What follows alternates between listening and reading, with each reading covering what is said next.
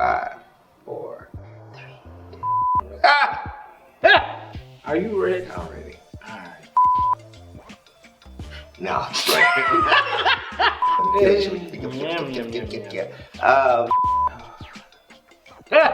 What an exciting year. Are you really excited?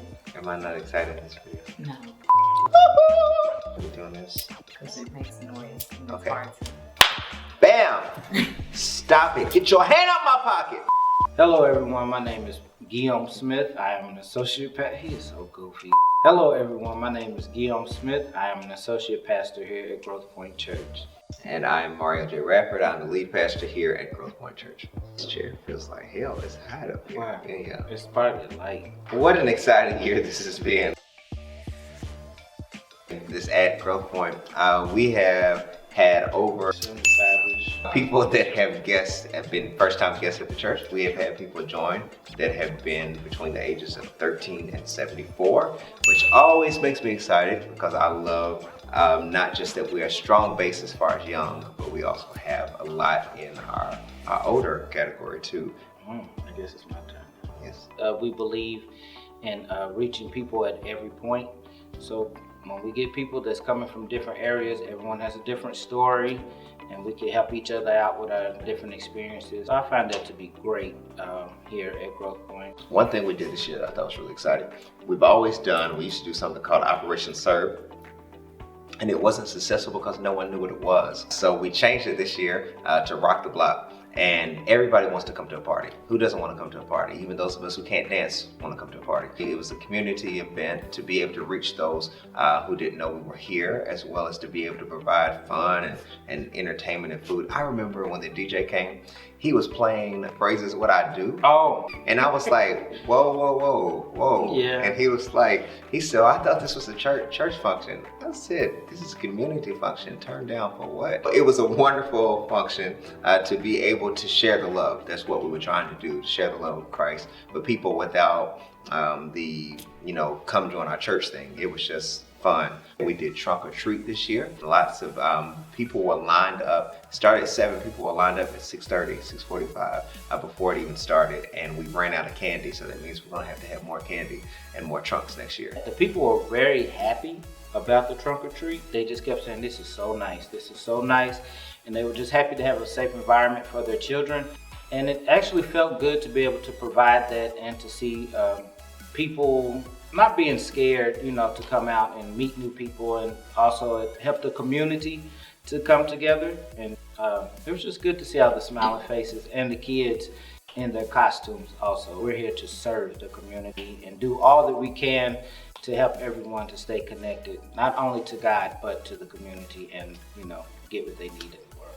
We had a series called Let's Stay Together. We had some panel discussions we did singles, we even did married couples, and then we did something different too by even including those who were divorced. Not for only people to know that they're not alone, but also for people to know some things that could occur in the future, but you can make it through.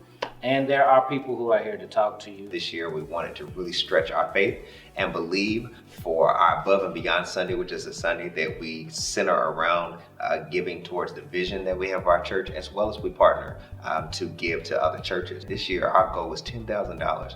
I remember saying it to our finance team, and she was like, would you like to say 7,000?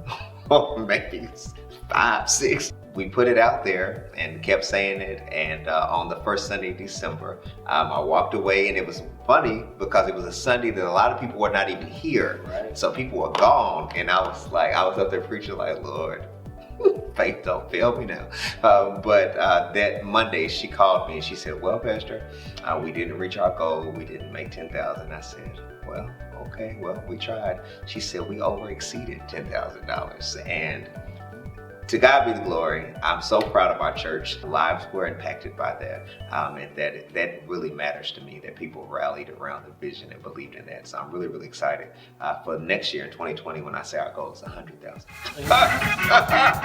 So it's going to be good. Well, our scripture for the year at the church was Ephesians 3:20, and it's actually going to be the same scripture for 2020.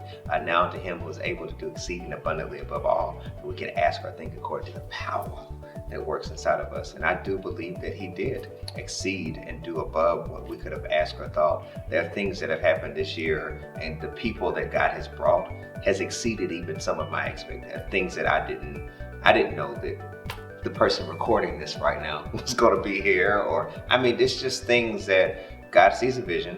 He knows what we want to do, and he has strategically begun to add. And I am learning more and more to appreciate everything, even if they're small things that the Lord has done in this year. It's all coming together. It's great just to see everyone feel comfortable working and excited about working in ministry. If you love what you're doing, it's not like work. We're grateful that people love to do whatever their specialties are. 2020 for Growth Point, I really do think that is what I think is going to be like, just like that. Statistics say it takes 5 years for most churches to really discover or to gel all the way together, for their identity. I feel like 2020 we just look out for us, because we're coming at you hard and strong. 5 is the number of grace.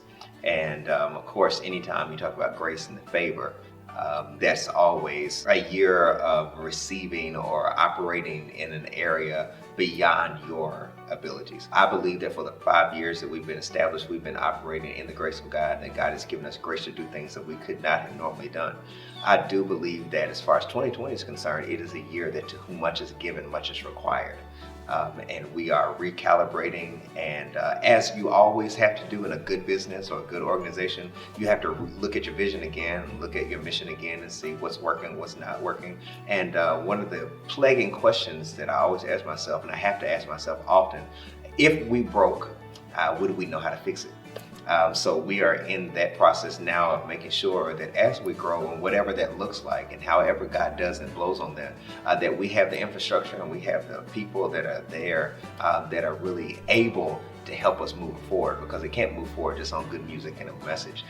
There has to be a team of people that are doing that, and I do believe that God has added that. He is doing that, and I do believe that this will be a year not just for the church, but that we will experience great favor, but with that favor comes great stewardship and great responsibility, because a lot of times we're like, I want, it's going to happen, and the church is going to grow, we're going to have 500 people, and all those things are possible and great and wonderful, and it looks good for photos, but would we be good stewards of it and to be able to grow that and maintain this? I really believe that is what's going to happen. I believe lots of testimonies, lots of great things are happening. Some single people are going to get married, and all that wonderful stuff is really good. I don't want to forget those that have left. This year we did lose one of our great members, Mama Judy Emerson, and she cannot be replaced. Mama Judy, we were really rooting and that she was going to come out of that particular thing, but she did. She got victory. God, he healed her in his way, but her seat is empty and it's void, and no one in the church is saying heavy, while I'm preaching. But we miss Mama Judy, but her memory will continue to grow on, and we will forever be impacted by what she did. So I challenge everybody who could be watching this, find your place, wherever your place is.